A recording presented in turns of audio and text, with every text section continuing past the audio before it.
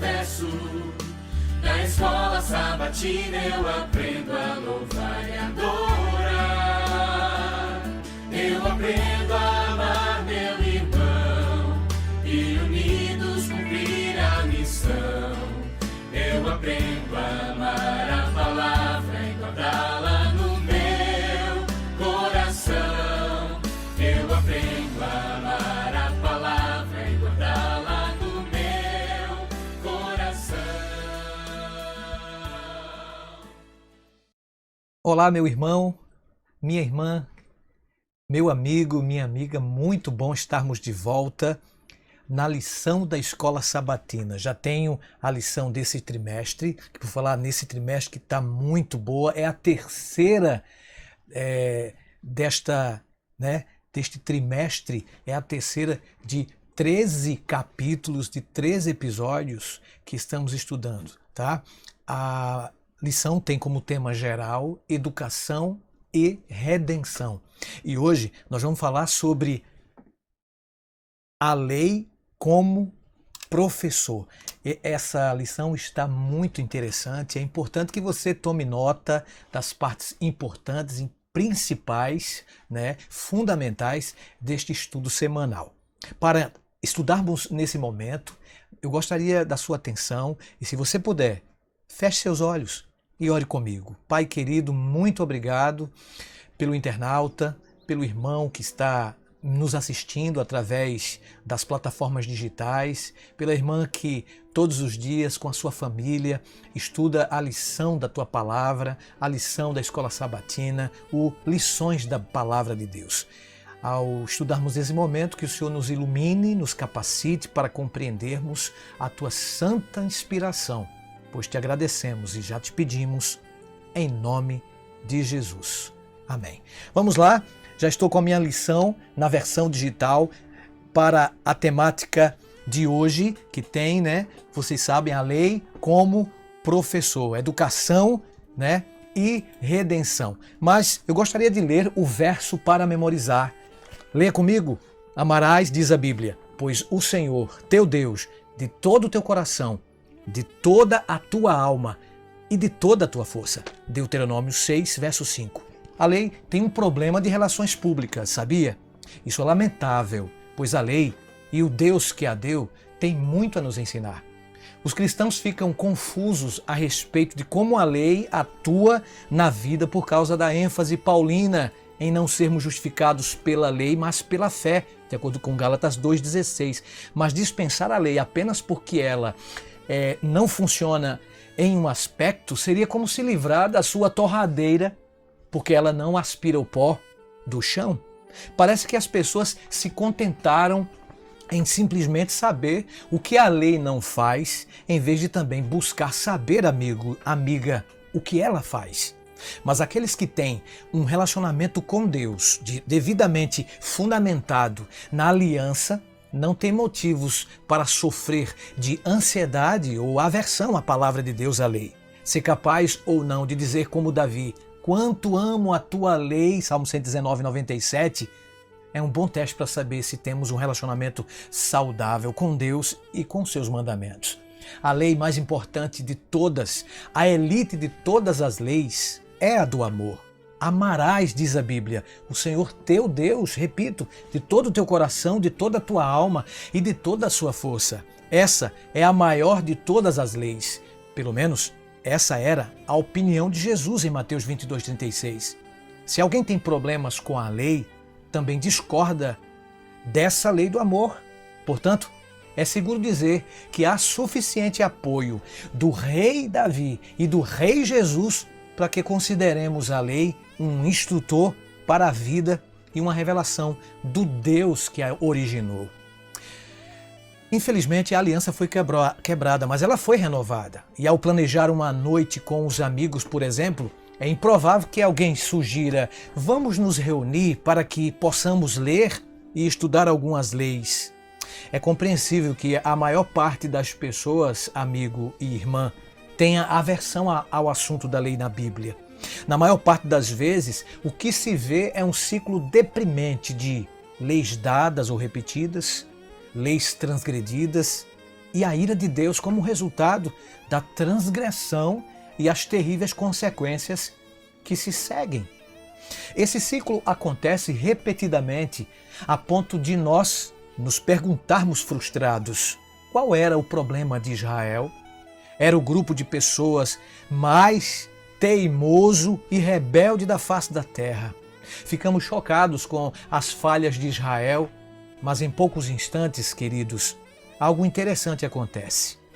Lentamente, desviamos o olhar da nação de Israel e, contemplando o notório espelho, vemos o reflexo de nossas histórias pessoais.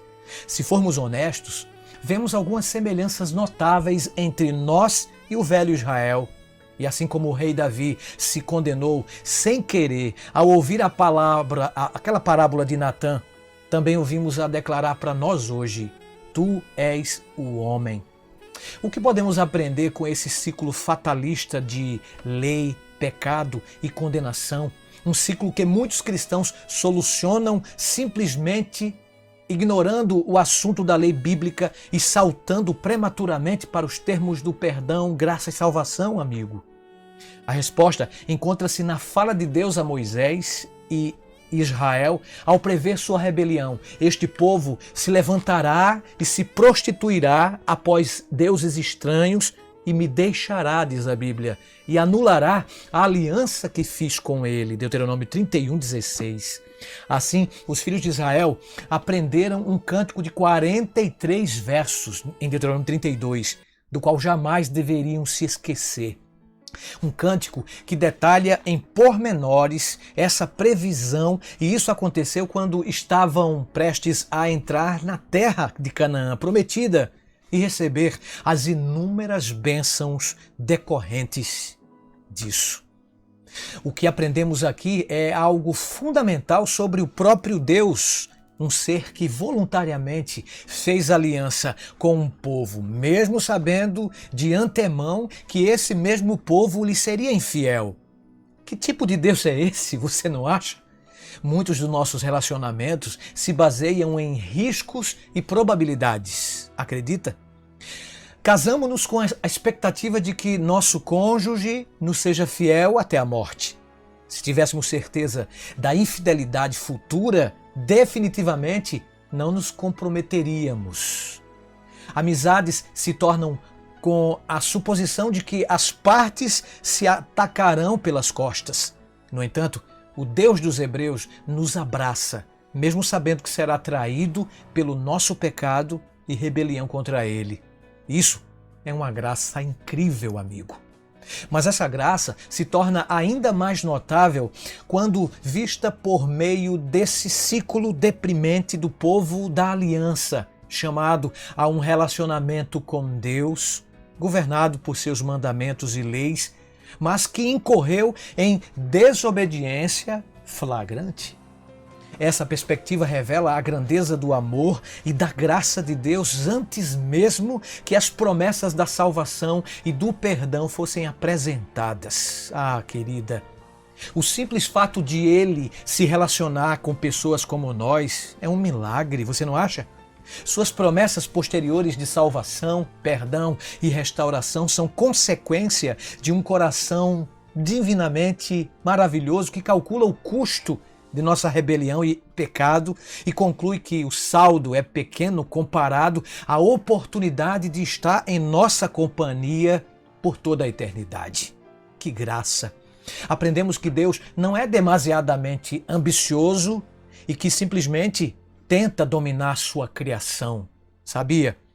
Ele se dispôs a fazer aliança com pessoas que quebrariam o acordo. A lição mostra claramente como antes de Moisés morrer, Deus lhe deu um cântico para que o povo de Israel o memorizasse. Lembre, Deuteronômio 31:21. E esse cântico tinha uma função interessante depois que o povo entrasse na terra prometida por Deus, e tivesse satisfeito com a sua abundância. O Senhor diz que ele se voltaria para outros deuses, esse povo, e quebraria a aliança com ele. Como esperado, os desastres e as maldições da aliança se seguiriam. Pode-se imaginar a experiência trágica de desfrutar de tamanha prosperidade e, na sequência, ser dizimado pela fome e pela guerra, de acordo com Deuteronômio 32, 23 a 25. Por que me está acontecendo conosco isso? Quase se pode ouvir o povo de Israel chorar em desespero. Oferecemos nossos sacrifícios aos deuses que estavam nos abençoando e protegendo, Deuteronômio 32, 17. Nesse momento de desorientação global, quando Israel estivesse colhendo toda a ira de Deus por sua desobediência, seria a hora de cantar esse cântico. Tal cântico é de grande intensidade. Conta a história da bondade divina contrastada com a iniquidade de seu povo. Convida-os a se recordarem do passado. Lembra-te dos dias da iniquidade, quando Deus supria suas necessidades e cuidava deles, estendendo as asas e tomando-os, os levava sobre eles, Deuteronômio 32, 11. Ao final, em meio à superabundância, eles se esqueceram do Senhor, o abandonariam e sacrificariam a demônios, Deuteronômio 32, 17. Os versos comoventes falam das consequências desastrosas. No entanto, há indícios de que Deus não abandonaria de forma alguma por completo seu povo, porque o Senhor fará justiça ao seu povo e se compadecerá dos seus servos. Eu mato e eu faço viver. Eu tiro e eu salvo. Deuteronômio 32, 36. Deus ensinou ao seu povo um cântico que, embora severamente honesto, responderia a todas as suas perguntas. Contaria sobre suas origens como povo, sobre o Deus que rejeitariam, sobre os deuses impotentes pelos quais o substituiriam, sobre o motivo do caos em que estariam, e sobre a esperança para o futuro. O cântico deve ter sido entoado por gerações e servido como um aviso e impedimento contra o afastamento do Deus de seus pais. Mas, no auge da prosperidade e da segurança presunçosa, deve ter soado estranho e irrelevante para os ouvidos, se é que era cantado. No momento em que enfrentassem um caos criado por eles mesmos, o cântico que sairia de sua própria boca serviria como testemunha contra eles. Deuteronômio 31, 19. Deus colocou na mente do seu povo e em seu coração, Israel, qual seria seu destino, a menos que resistissem à idolatria das nações vizinhas. Esse cântico é trágico, mas ao mesmo tempo brilhante para instruir. Indica claramente as consequências de quebrar a aliança, amigo. Explica os porquês por trás da terrível situação de ser devastado pela guerra e por outros instrumentos.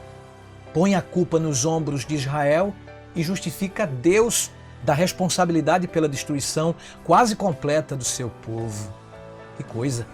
Alguém pode pensar em um método melhor para evitar um desastre nacional do que inculcar um cântico profético na tradição oral de um povo, contando o que será de sua terra natal se rejeitarem o Deus que deu a eles?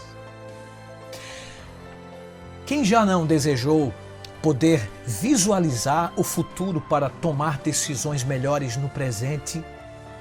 Deus atendeu esse desejo em grande medida ao compartilhar conosco as profecias da Bíblia.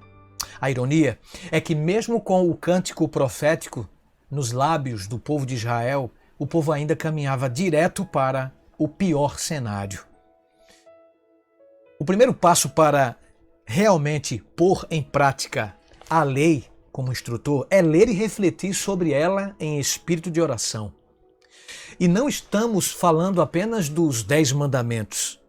Eles sempre terão um lugar sagrado nos círculos cristãos e judaico.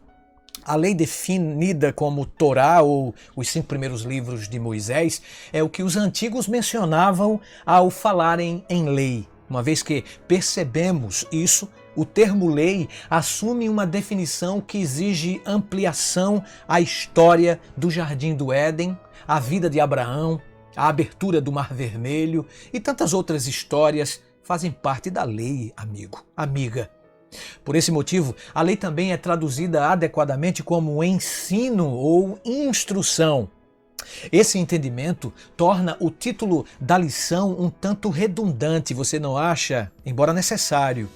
A lei como professor, sim. Esperamos que a instrução divina possa nos ensinar alguma coisa. É estranho quando pensamos de outra maneira e rejeitamos, a instrução, isto é, a lei. É lamentável quando a lei é o último lugar em que as pessoas, até mesmo cristãos, buscam orientação. Seria engraçado se não fosse tão trágico, acredita, amigo. A leitura do contexto das leis bíblicas com espírito de oração, fazendo uso diligente de referências paralelas do Novo Testamento, manterá cada um de nós em um caminho seguro e equilibrado para aprender, viver e amar a lei de Deus. A lei de Deus não só tem uma função, lembre-se disso, somente para nos mostrar nossos pecados. Não. A lei também existe para nos indicar o caminho, a vida. Ela nos mostra onde erramos, é verdade, e também nos mostra a solução. Mostra o pecado do transgressor e nos dirige ao Deus Salvador. Quanto mais aprendemos sobre Deus, mais o amamos por sua bondade. Ao mesmo tempo, quanto mais conhecemos esse Deus, mais o tememos, pois podemos ver a sua grande justiça e santidade em contraste com a nossa grande injustiça e pecaminosidade, e que somente pela graça, é verdade, mérito e merecido, não somos destruídos. A suposta fé em Cristo que alega liberar as pessoas da obrigação de obedecer a Deus não é fé, viu? Mas presunção. Pela graça sois salvos, mediante a fé, Efésios 2,8, disse o apóstolo Paulo. Entretanto, a fé, se não tiver obras, por si só está morta, Tiago 2,17. Jesus Cristo disse acerca de si mesmo, antes de vir à terra, agrada-me fazer a tua vontade, ó Deus meu, dentro do meu coração está a tua lei, Salmo 48. E antes de subir ao céu, ele declarou, tenho guardado os mandamentos de meu Pai e no seu amor permaneço, João 15,10. A Bíblia diz, sabemos que o tememos, e o conhecemos, por isso, se guardamos os seus mandamentos. Aquele que diz que permanece nele, esse deve também andar assim como ele andou. 1 João 2,3-6. Então, amigo, essa foi a lição de número 3, cujo tema, a lei como professor. Se você quer realmente ser instruído, ser capacitado, medite na lei do Senhor. Tema a Deus, guarde os seus mandamentos, disse o próprio Salomão, porque este é o dever de todos nós, homens e mulheres, crianças, adolescentes, jovens e adultos e idosos. Esse é o dever de cada um de nós, ter a lei como nosso professor. Se puder, feche seus olhos e ore comigo. Pai Celestial, muito obrigado pela lição desta semana, pelo internauta que esteve conosco até aqui. Que a tua graça continue iluminando, capacitando, dando forças para que juntos possamos ter como nosso professor, nosso Deus, a sua lei, instruindo cada dia e, com certeza, guardando os seus mandamentos, porque é nosso dever, como seres cristãos, como teus filhos, como tuas filhas. Que a tua graça sempre seja derramada sobre nós. Nos dê o teu perdão, nos dê uma semana de muita paz, pois te oramos agradecidos em nome de Jesus. Amém. Fica por aqui então a lição da Escola Sabatina. Mas não se esqueça, Deus te abençoe. Até a próxima semana.